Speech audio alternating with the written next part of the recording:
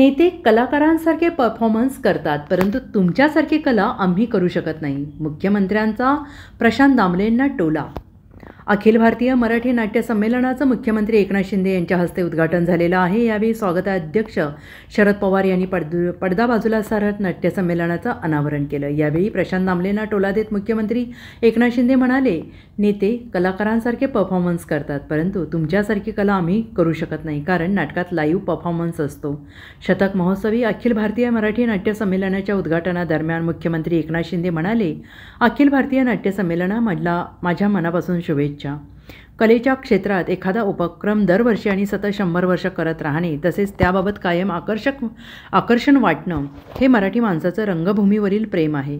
कोरोनामुळे हे 100वे नाट्य संमेलन उशिरा झाले. कदाचित नियतीला असं करायचं असेल की 100व्या नाट्य संमेलनाला मुख्यमंत्री म्हणून एकनाथ शिंदे उपस्थित असावेत, आणि म्हणूनच की काय नियतीने हे घडवलं असावं. काहीही असलं तरी मी आज इथं उपस्थित आहे. स्वतःला त्याबद्दल मी भाग्यवान समजतो. भारतीय नाट्यकलेला मोठी परंपरा आहे. मराठी रंगभूमीने अनेक बदल पाहिले आहेत, अनेक आव्हानांचा सामना केला आहे. आज OTT आणि सोशल मीडियाच्या काळातही मराठी प्रेक्षक नाटक पाहायला गर्दी करतात. व्यावसायिकता नाटकांप्रमाणेच प्रायोगिक नाटक आणि रंगभूमी देखील बहरलेली आहे. प्रशांत दामलेंना टोला देत एकनाथ शिंदे म्हणाले, प्रशांत दामले म्हणाले, त्या अडचणी नक्की सोडवू.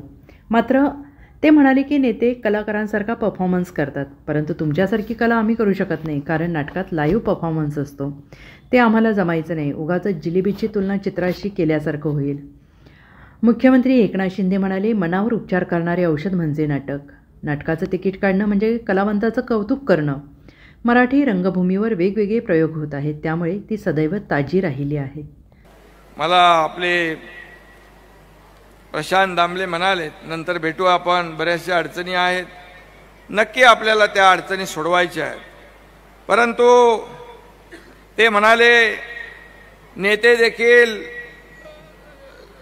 आमच्यासारखा परफॉर्मन्स करतात, पण तुमच्यासारखा आम्ही करू शकत नाही, कारण खरं म्हणजे हा लाईव्ह परफॉर्मन्स आहे, याच्यात रिटेक नाही, आणि त्यामुळे तुमची कला फार अवघड आहे. आणि आपणच म्हटलंय, मनावर उपचार करणारे औषध म्हणजे नाटक. त्याची तुलना चित्रपटाशी करणे म्हणजे जिलेबीची तुलना तिच्या चित्राशी करण्यासारखं होईल. जिलेबीचा आनंद मिळवण्यासाठी ती खाल्लीच पाहिजे, चित्र पाहून भागणार नाही. आणि नाटकाच्या तिकीट दराबाबत प्रेक्षकांनी हा दृष्टिकोन ठेवला पाहिजे. तिकीट काढणं म्हणजे कलावंतांचं कौतुक करणं आहे, हे आपण म्हटलेलं आहे ना. त्याच वेळी कौतुकाला कलावंतांनी पात्र ठरलं पाहिजे. आणि म्हणून खरं म्हणजे